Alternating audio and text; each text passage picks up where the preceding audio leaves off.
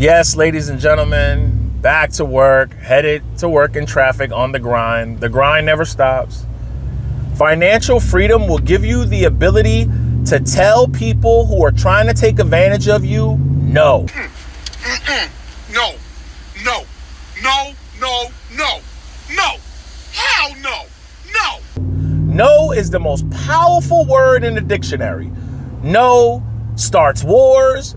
No ends marriages. No ends job careers. But there was a clip recently of TK Kirkland. He was talking about Taraji P. Henson, about how she had to take this role in the movie, that a Benjamin Button movie. I believe that movie came out in 2008. And she only got $150,000 that if she sacrificed.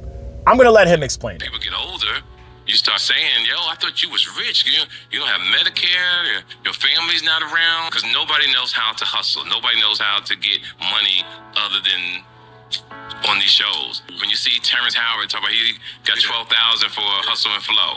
When you see Taraji Henderson, who I really feel got played, right? And let me tell you what I played. The budget of her movie is $167 million for Benjamin Button.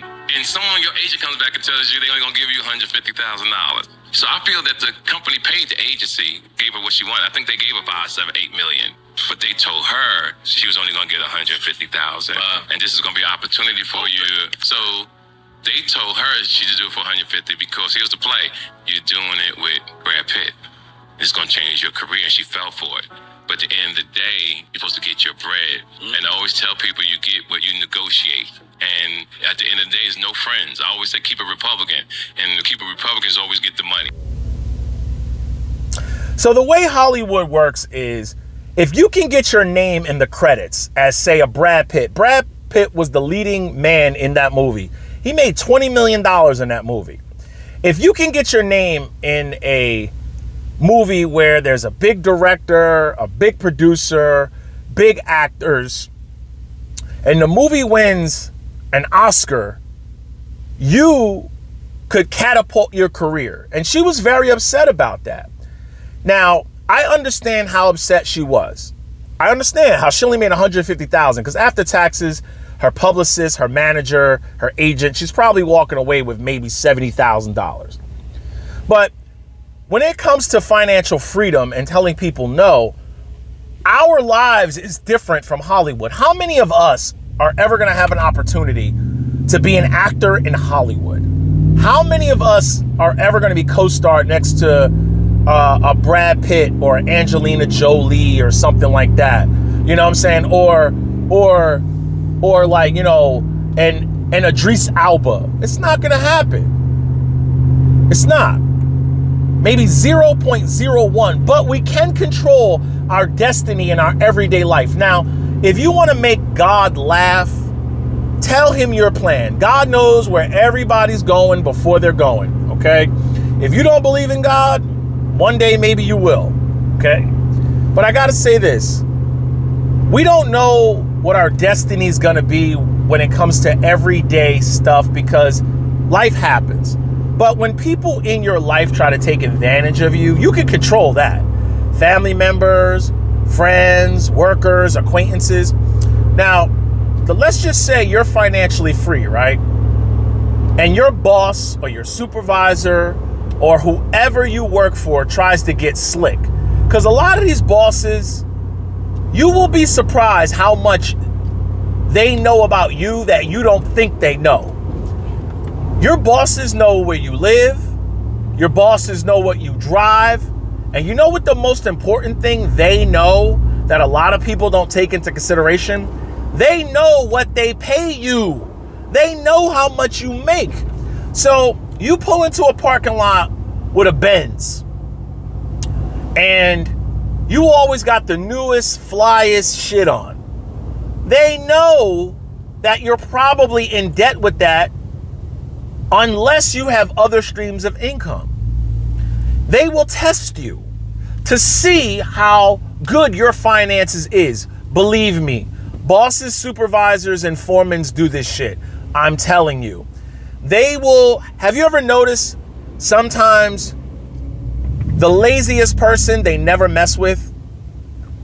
They never mess with the laziest person. Why? Because a lazy person don't give a shit if you fire them or not. They're lazy. They don't give a damn. They want to get fired. They want to be on unemployment. They don't give a damn. They ain't gonna mess with them. And if you ever notice who they don't mess with, a person that just comes in, does his job, lays low. You ever work with somebody who does his job, lays low, they never mess with them, they don't talk much, they come do their job and they out? That person, I can guarantee you the boss ain't gonna mess with them because they got their money right. That's what I'm trying to have my subscribers be. Be that person. When I pull into the parking lot with this pickup truck, I give you 110%. I rock and roll. I do my job. And as my daddy would say, when the money stop, I leave. While I'm on the clock, you give the man a day's pay. That's what my dad lives by. While you on that clock and that man is paying you, or that woman paying you, you get him a day's pay. When the money stop, you got to leave. Okay, that's how I operate. This ain't gonna work if you lazy as shit. But if you a good worker and you come to work and your boss is always messing with you and you got your money right, it gives you opportunities to say, listen, you can sit them down. You don't gotta curse them out. You never wanna burn a bridge. You say, listen, I don't like the hostile work environment you're creating for me. You're causing stress in my life. Do you know a lot of strokes and stress and heart attacks come from people's jobs? They're working jobs they really don't want to do, but because they don't want to lose their cars, they got credit card debt, they got no savings, they got kids in college, they're paycheck to paycheck, they got to eat a ton of shit from someone that does not appreciate them and does not appreciate the hard work they do. So I want to get you to a point where you can sit them down and say, listen, you got 6 months to a year worth of savings. Do you know what that gives you? It doesn't give you the ability to just sit home and do nothing. It gives you the ability to shop your talents around. Say, you know what?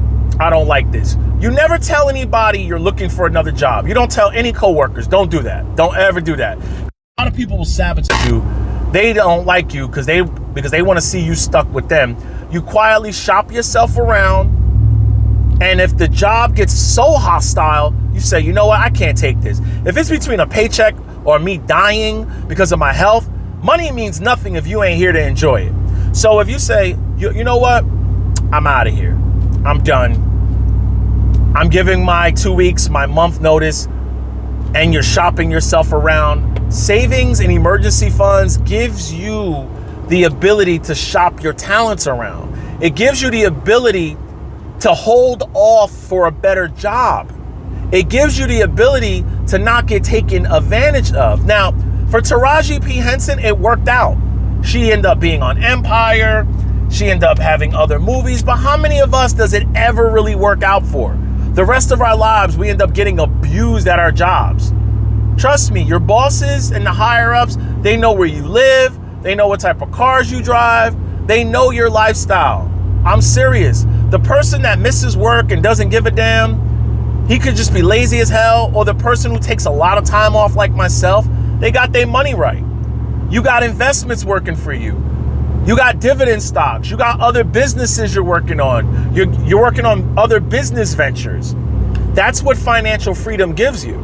Now, I said how the property manager in Aruba, he tried to be slick and I had to check his ass.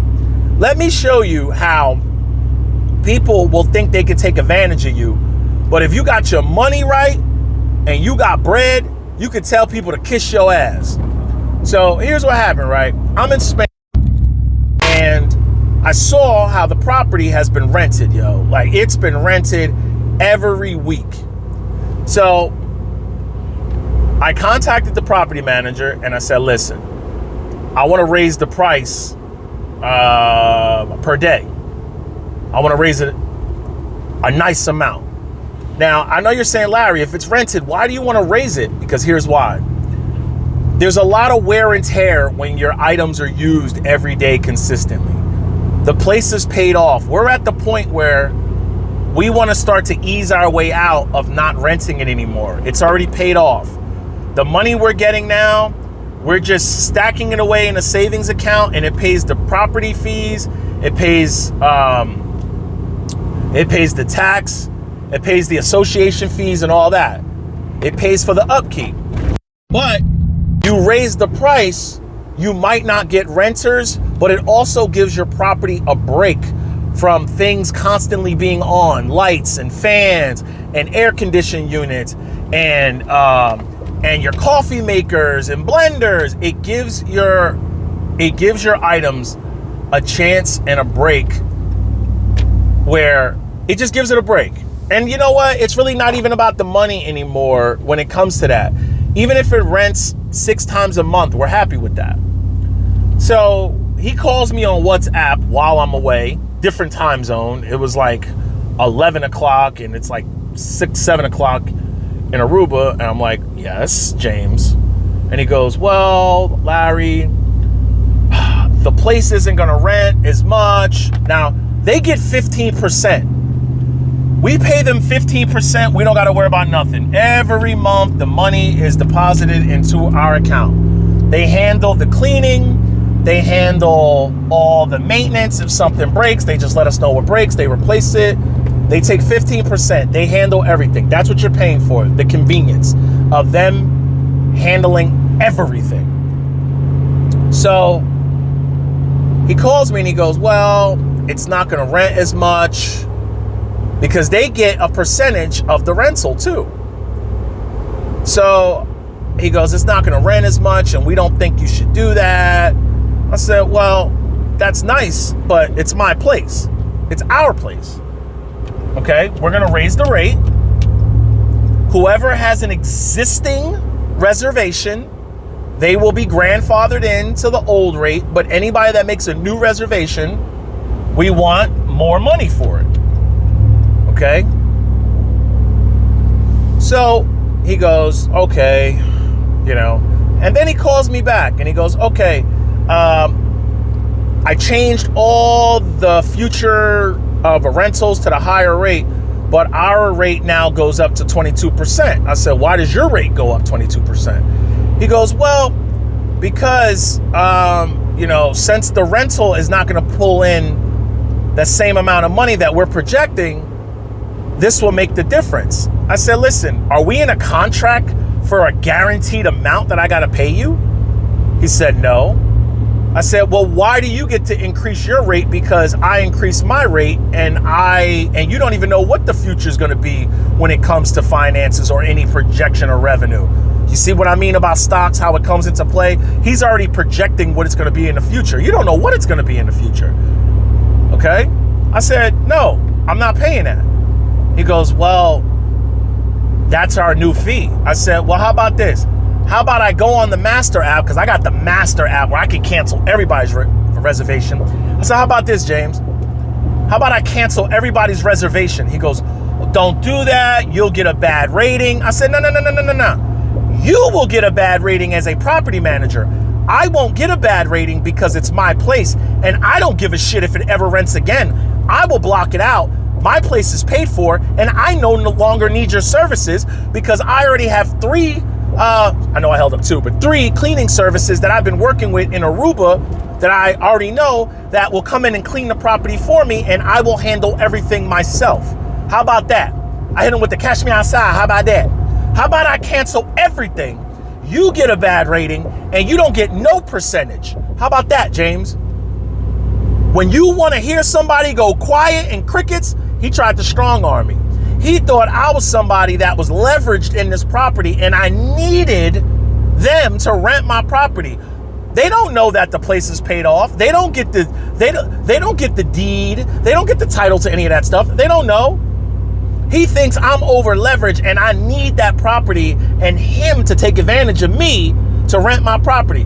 I pretty much told him to kiss my ass.